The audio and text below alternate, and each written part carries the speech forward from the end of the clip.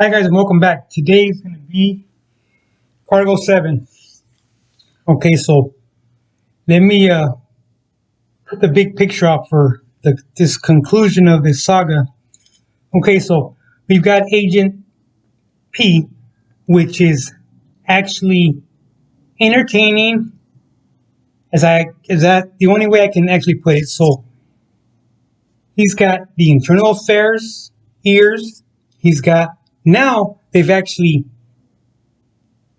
put together a grand jury for his allegations. So now he just elevated himself to a different level because now he's the main guy. He's the actual source that's going to take this poor director along with all his accomplices down. This is his mentality, right? And eventually, the Attorney General and the Inspector General, while the FBI is just letting everything get played out. If it's that much of a problem and the FBI can just be gathering evidence in the back, behind the scenes, they're going to do it because you're doing their job. Much easier, right? So, this guy tried to actually take down this poor director, but at the same time, he's actually facilitating the actual corruption that was actually occurring because he's got everybody's attention. So now, not even the newspapers, not even the investigative, and let's not forget the investigative journalist that's actually taking in all this information, and the editors telling this investigative reporter, "Hey, we don't think he's good. We think he's no good." So let's not forget about them too. So now, all this information, all this actual energy, all these different resources are being consumed by this individual. So I'm not saying that the port director or the supervisor were actually guilty or actually because they were never prosecuted. In my opinion, doesn't matter if I say that they were actually in on it or not. I don't know. But they're actually benefiting from this guy false accusations because nobody's actually focusing on where this load was going, who owned the dope, and where was it going to, right? So nobody's focusing on that. They're focusing on this. But I can only say this guy's created a circus for all these elements, and they're just happy just to follow his lead. And the journalist, with the facts I'm going to give you guys right now, it doesn't make sense. These guys are professional. These guys are not a local. I can't even say high school newspaper because they probably would have investigated this much better than this big newspaper chain. Whatever they're called. But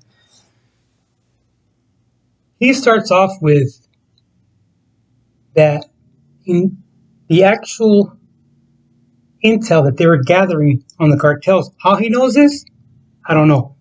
That it was being sabotaged. Okay? There are different grades of security clearance. If he did have that clearance to that privileged information, that would be surprising to me because the way he's conducting himself, the way he's actually going all about this, there's no intel in him to even be given that privilege. So how would he know that information is being sabotaged? That information is actually being deleted or not entered into the system at all.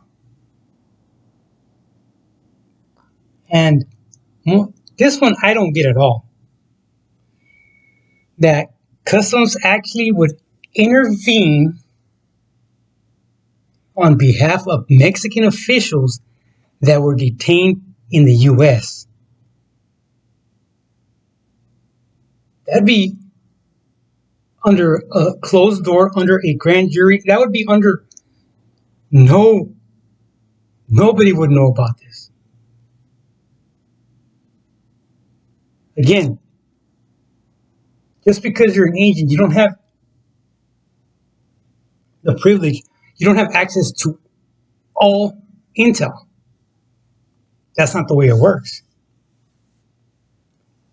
But yet, he's making these allegations that they're being deleted. I want to know what private company or government agency has the privilege of deleting information on files of customers, files of companies. I mean, we've all worked at some point in the private sector trying to delete notes that you actually put in a different customer's file. You got to call IT. You have to call all kinds of people just to get that removed, if it's possible. They might ask you just to shut that account down and start a new one. That's how these programs are designed to work. It's no different with a government agency. You just can't go in there and start deleting names, license plates. That's not the way it works. But yet, nobody ever bothered to actually follow up on it. I could be wrong. But this investigative reporter, they never followed up saying, oh, what's the protocol on deleting this, deleting that? Now, if you were ever the victim of a tech hit, that is a program that's designed to flag you at any entrance into the United States. That's supposed to flag you, and that tech kit is going to have your information of why you're being detained, why you're being questioned, or why are you being arrested. Okay, so there's an actual program that's called TechHit, and if you are by accident, by human error, linked to a tech hit, you will know it. You will eventually cry out of frustration, because it will take, I don't want to use the word miracle, but it will take something of higher power to get you off that list. Okay, so his allegations are just, they're conspiracy, they're way out there. I mean, they're totally way out there, right? So now, let's talk about the grand jury. The grand jury gets their report. They see what he's all about. It's all a lie. It's all a lie, and he is way wrong, and there is no other way around it. So now, they close their case. They're done. They found out he was a fraud. But meanwhile, this news station is still going to be showing this segment on their Sunday evening show, right? They go along with it, knowing that the allegations are false, and they're putting out this port director's name out there. They put it out there like if it was 100% accurate. And they dog this. I mean, they had a jury. I mean, they basically found him guilty on this show. So this port director, which he had the right to, he sued this news organization and won a good amount of money. They didn't disclose how much money he won, but they paid him out a lot of money. So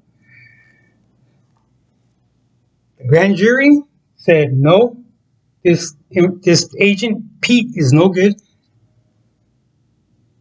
They never said that the port director or the supervisor were not involved. They never said anything. They never shared their names. But then again, they were not. They didn't have any evidence to link him to this case. So now the newspaper, they get clowned. Now the grand jury is told to hand over these documents to the inspector general, to the attorney general, to that extent. So the grand jury hands over this report and their conclusion, and a lot of pages are missing and a lot of information is blacked out. So now this particular inspector from the inspector general, she is looking at this report screaming foul because she's giving this report with missing pages and blacked out information, and she cannot translate that the facts needed to be removed from that report because they were false.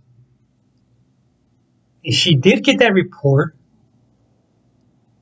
with all the false information taken out.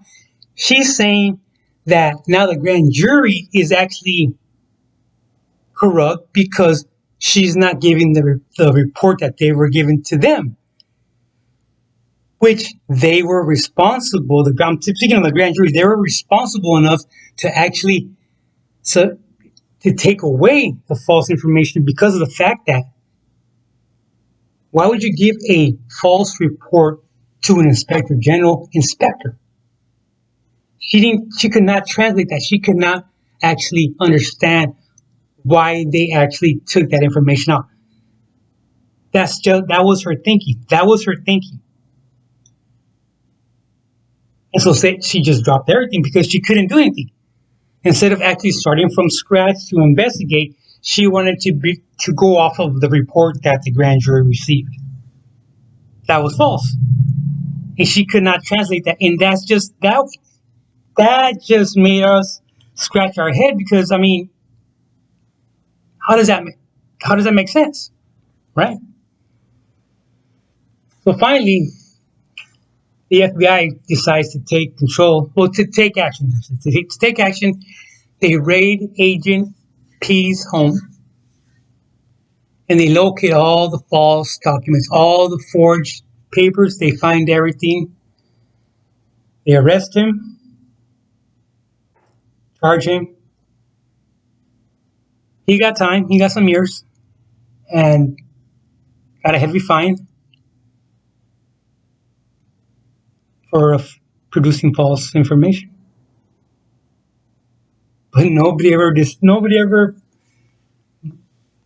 gave a report to who bought that dope, who was it going to, where was it going to, who was actually bringing it across. I guess it wasn't worth investigating, right? Well, that concludes it, and thanks for hanging in there, and sorry it was a little bit, we're about less than 15 minutes, so thanks, and don't forget to like and subscribe, and I'm going to start a new one here. I'm looking through a couple of ones, looking through my old notes of actually, of the new series I'm going to start on the playlist, okay? Thanks a lot, guys. Don't forget to like and subscribe.